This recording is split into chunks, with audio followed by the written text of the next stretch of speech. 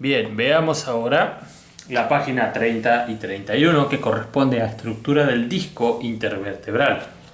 Vamos a observar cómo es la estructura del disco intervertebral.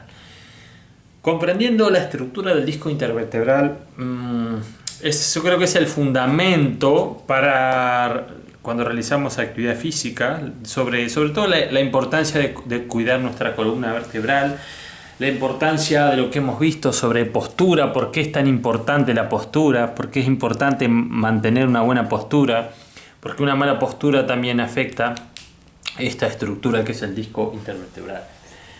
La articulación entre dos cuerpos vertebrales adyacentes es una anfiartrosis, ¿sí? Está constituida por dos mesetas de las vértebras, de dos vértebras adyacentes entre sí, y por el disco.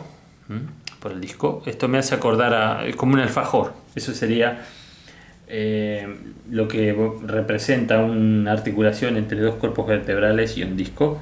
Es una anfiartrosis. La estructura de este disco es muy característica. ¿Por qué? Porque consta de dos partes. Una parte central, o núcleo pulposo o sustancia gelatinosa. Acá está la parte central. Núcleo pulposo o sustancia gelatinosa. Acá está dibujada también. Entonces, está conformada por 88% de agua. Tiene agua. Y una característica importante es que no hay vasos ni nervios en el disco, ¿sí? O sea que si no hay vasos, por ejemplo, vaso sanguíneo no tiene sangre.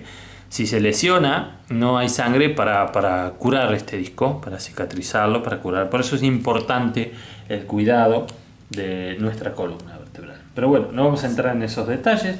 Entonces, por un lado dije la parte central, que es el núcleo pulposo, y por otro lado la parte periférica, acá está dibujada, ¿sí? La parte periférica, que se llama anillo fibroso, ¿sí? Está conformado por una sucesión, una, dos, tres, cuatro, cinco, una sucesión de capas fibrosas concéntricas cuya oblicuidad está cruzada cuando se pasa de una capa a la contigua. ¿Qué quiere decir eso?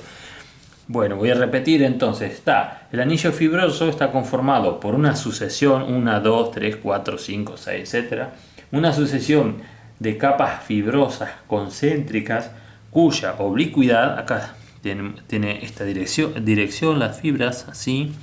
La siguiente tiene esta dirección, la siguiente tiene la otra dirección y la otra así de arriba hacia abajo. Eso quiere decir oblicuidad. Está cruzada cuando se pasa de una capa a la contigua. Por lo tanto, este disco, esa oblicuidad, ese entrecruzamiento de las fibras del disco, del anillo fibroso, le va a dar mayor resistencia. ¿Por qué? Porque este anillo constituye, ¿sí? Constituye un verdadero tejido de fibras que impide cualquier exteriorización de la sustancia del núcleo. Este núcleo no se puede ir para afuera. Tiene que quedar siempre en el centro del anillo. Si se va para afuera, vamos a suponer que sale, estamos en el concepto de más cercano a hernia de disco. ¿Sí? Si esto se empieza a romper, estas fibras se rompen y este disco se exterioriza, se produce como se conoce como hernia de disco. Bien, entonces, este disco está constituido por dos partes, ¿sí? La estructura del disco es un núcleo y un anillo. Bien, ahora veamos de la página 42 y 43. Veamos el comportamiento del disco intervertebral, de este disco que acabamos de describir, en los movimientos elementales. Cuando se ejerce una fuerza de compresión axial, el disco se aplasta y se ensancha. Se aplasta y se ensancha. Su presión interna aumenta y se transmite lateralmente. La presión interna que aumenta esa presión se transmite lateralmente hacia las fibras del núcleo. ¿no? De este modo, la presión vertical se transforma en fuerzas laterales. Y la tensión de las fibras del anillo aumenta. ¿Sí? La tensión de estas fibras aumenta. De estas fibras acá la tensión aumenta. Aquí y aquí es lo mismo. Estamos hablando de comportamiento del disco intervertebral en los movimientos elementales. Estamos hablando de un disco sano, de un disco normal. Así es la fisiología, si se quiere, o la biomecánica de un disco, ¿sí? Esa es la función de un disco, la función normal de un disco. Vamos a abordar a continuación las compresiones asimétricas. ¿Qué pasan las compresiones asimétricas? Que básicamente son los movimientos de extensión y los movimientos de flexión. Acá entonces nosotros esto es anterior y esto es posterior. Y acá volvemos al principio, a los conceptos de push and pull, y empezamos ya a dividir en dos la cuestión: anterior, posterior, ¿sí? Los músculos flexores y los músculos extensores. Acá los músculos extensores y los músculos flexores.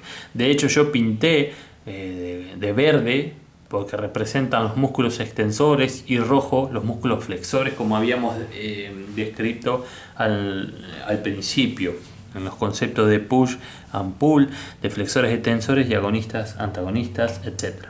Entonces, durante los movimientos de extensión, la vértebra superior, ahora estamos haciendo un análisis de un movimiento de extensión. La vértebra superior se desplaza hacia atrás, y el espacio intervertebral, acá, el espacio intervertebral, que en un primer momento acá, por ejemplo, el espacio es paralelo, acá el espacio es paralelo, acá disminuye, ¿sí? Este espacio en una extensión, este espacio disminuye así. Vamos a hacerlo así. Esto es paralelo, acá.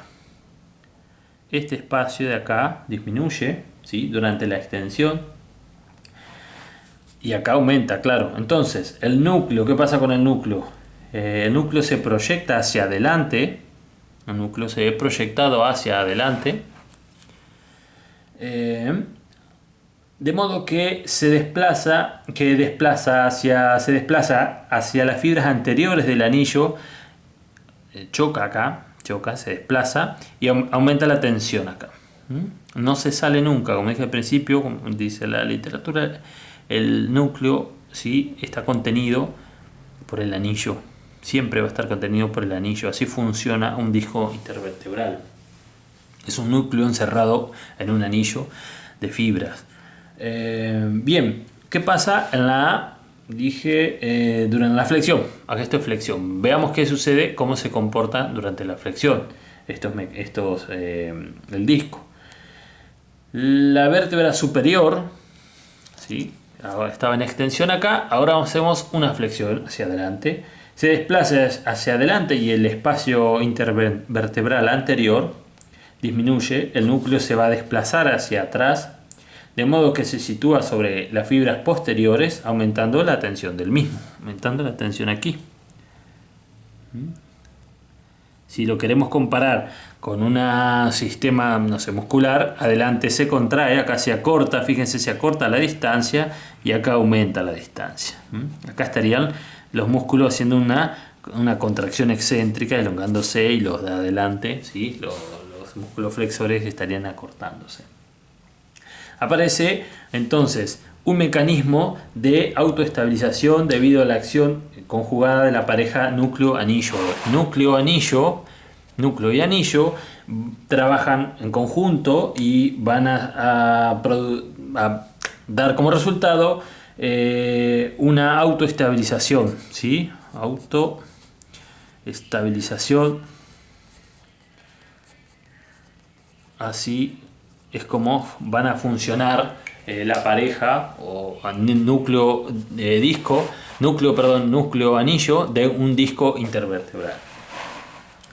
Sea cual sea la compresión ejercida o el movimiento ejercido sobre un disco intervertebral, esta se traduce siempre por un incremento de la presión interna del núcleo y un aumento de la tensión de las fibras. O sea que va a aumentar la presión dentro del núcleo. Acá la presión aumenta Y la tensión de las fibras también va a aumentar, ¿sí? Aumenta. Y esto es lo que se conoce como autoestabilización, de la presión que aumenta del núcleo y la tensión de las fibras del anillo. Y así es como, a grandes rasgos, funciona, cómo se comporta un disco intervertebral en los movimientos elementales de la columna vertebral. Muy bien.